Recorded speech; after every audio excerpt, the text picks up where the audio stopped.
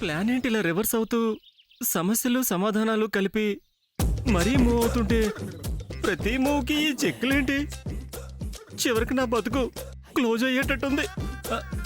వాళ్ళు మేలు అనుకుంటున్నారు కానీ నాకు కడుపు కన్ఫర్మ్ అయింది. చిచి, నా కడుపేంటి? అదే మంజులో కడుపు అంటే నాకు కీడు జరిగినట్టేగా.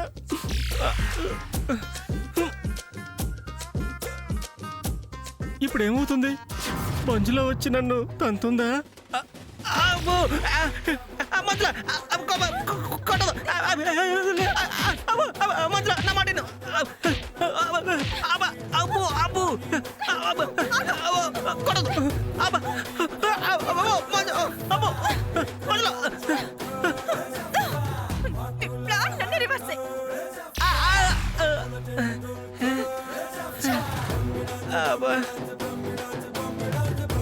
వచ్చింది, కొట్టింది, వెళ్ళింది.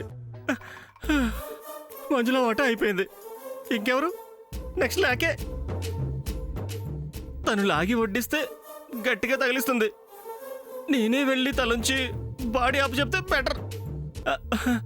కాస్త కనికరించైనా చిన్న దెబ్బలు కొడుతుంది.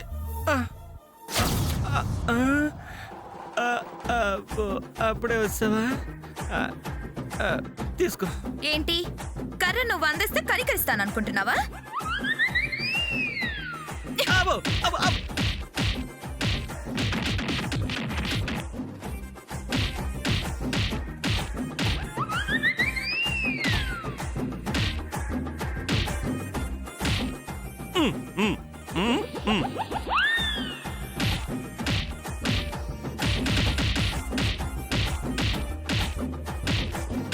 చాలా పెళ్లి చెడగొడతానని మా అక్క ప్రెగ్నెన్సీ చెడగొట్టే పని చేస్తావా?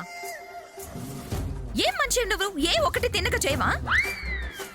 నిన్ను చూస్తుంటేనే అసహ్యం వేస్తుంది.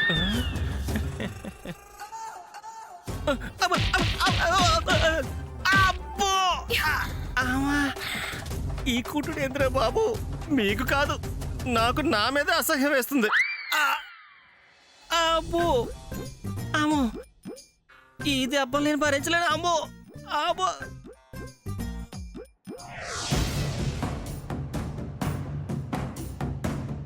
కావాలనే మంచులని కింద పడేలా చేసి ఆకాష్ పెళ్లి ఆపే ప్రయత్నం చేశాడు. నక్క తెలివితేటలు ప్రదర్శిస్తున్నాడు. అది వాడు ఓవర్ యాక్షన్లోనే తెలుస్తుంది. అటు మంచుల కడుపు నిజమా కాదా, ఇటు ఈ పెళ్లి ఆగితే లాభం అని చాలా తెలివిగా ప్లాన్ చేశాడు. వాడి నక్క తెలివితేటలు కుక్క చేష్టలు నా దగ్గర సాగు. నేను వాడి తాట తీస్తానని వాడికి తెలుసు.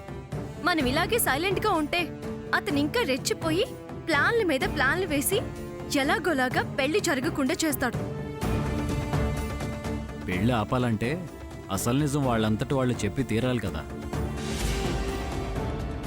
ఇదంతా ఎందుకు చేశారో వాళ్ళ ప్లానేనా? వాళ్ళ వెనక ఎవరైనా ఉండి చేయించారా? ఇదంతా వాళ్లే వివరించాలి. తప్పైందని ఒప్పుకుని మన ముందు గుంజేళ్ళు తీయాలి. అందుకోసమే కదా ఎంత ఓపికగా ఎన్ని పథకాలు వేయాల్సి వస్తుంది. లేకపోతే ఒకే ఒక ఫోన్ కాల్తో పోలీసుల చేత నిజం కక్కించవచ్చు. మన ఓపికని వాళ్ళు తెలివి తక్కువతనంగా తీసుకుంటున్నారేమో. ఎప్పుడు ఎక్కడ ఎలా బయటపడతామో అని వాళ్ళకి భయంగానే ఉంది. కాకపోతే బింకానికి నటిస్తున్నారు.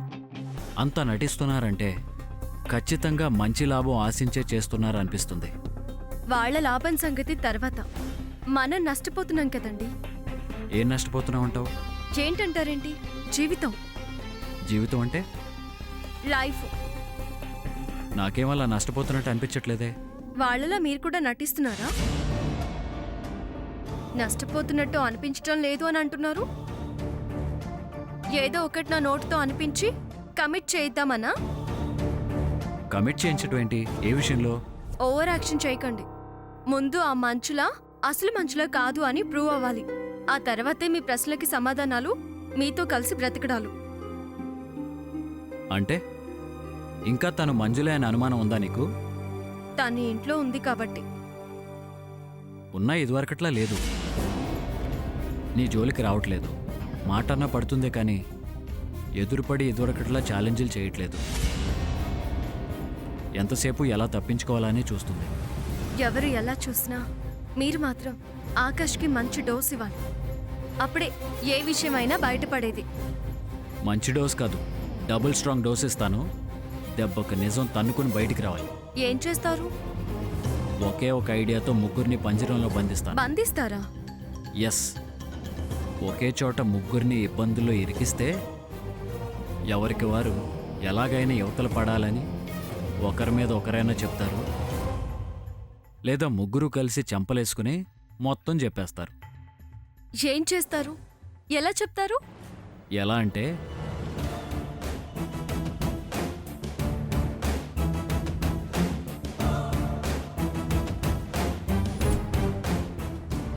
ఈ దెబ్బతో రోగం కుదురుతుంది.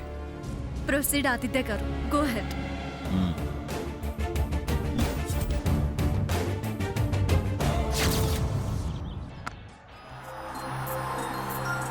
బాబా 6.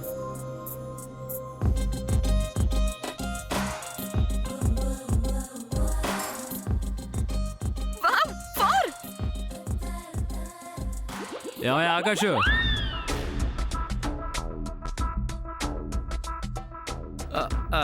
సార్ ఏంటి ఉప్పల్ స్టేడియంలో లైవ్ క్రికెట్ మ్యాచ్ చూసి వస్తున్నావా?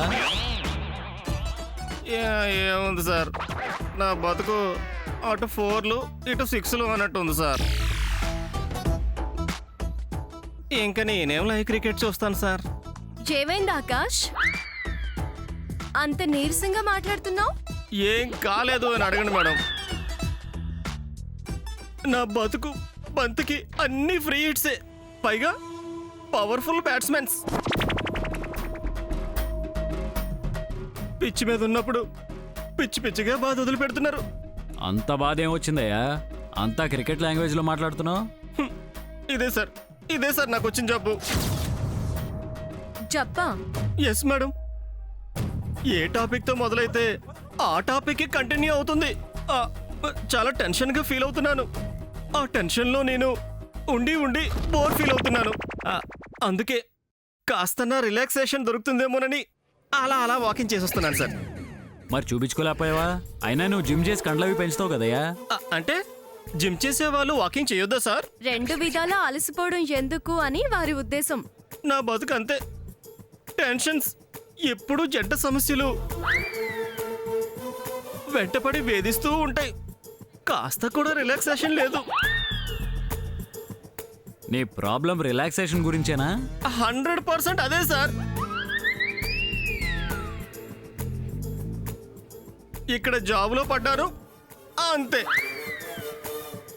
టెన్షన్స్ పడ్డమే కానీ రిలాక్సేషనే లేదు. అయితే ఓ పని చేయవయ్యా. ఏంటి సార్, ఏమన్నా ఎక్సర్సైజ్లా, యోగాలా, ఆసనాలా? చెప్పనేస్తావా? అలా ఓ 10 రోజుల పాటు మన వికారాబాద్ ఎస్టేట్కి వెళ్ళి గెస్ట్ హౌస్లో రెస్ట్ తీసుకో. అక్కడ రిలాక్స్ అవుతూ ఎస్టేట్ పనులు కూడా చూసుకోవచ్చు. ఓకేనా? ఇదేదో బానే ఉంది. నిజమా సార్? 10 days నన్ను వికారాబాద్ డెప్యూటేట్ చేస్తున్నారా? అవునయ్యా, నిజంగానే వెళ్ళమంటున్నాను. వెళ్ళు, వెళ్ళి హాయిగా రిలాక్స్ అయ్యిరా. ఆకాష్కి నమ్మకం లేనట్టుంది. అయ్యో అదేం లేదు మేడం, వెళ్తాను సార్, తప్పకుండా వెళ్తాను. మీరిచ్చిన అవకాశం సద్వినియోగం చేసుకుంటాను సార్. రేపే బయలుదేరి వెళ్ళవయ్యా. Thank you sir, thank you. Over action వద్దులే.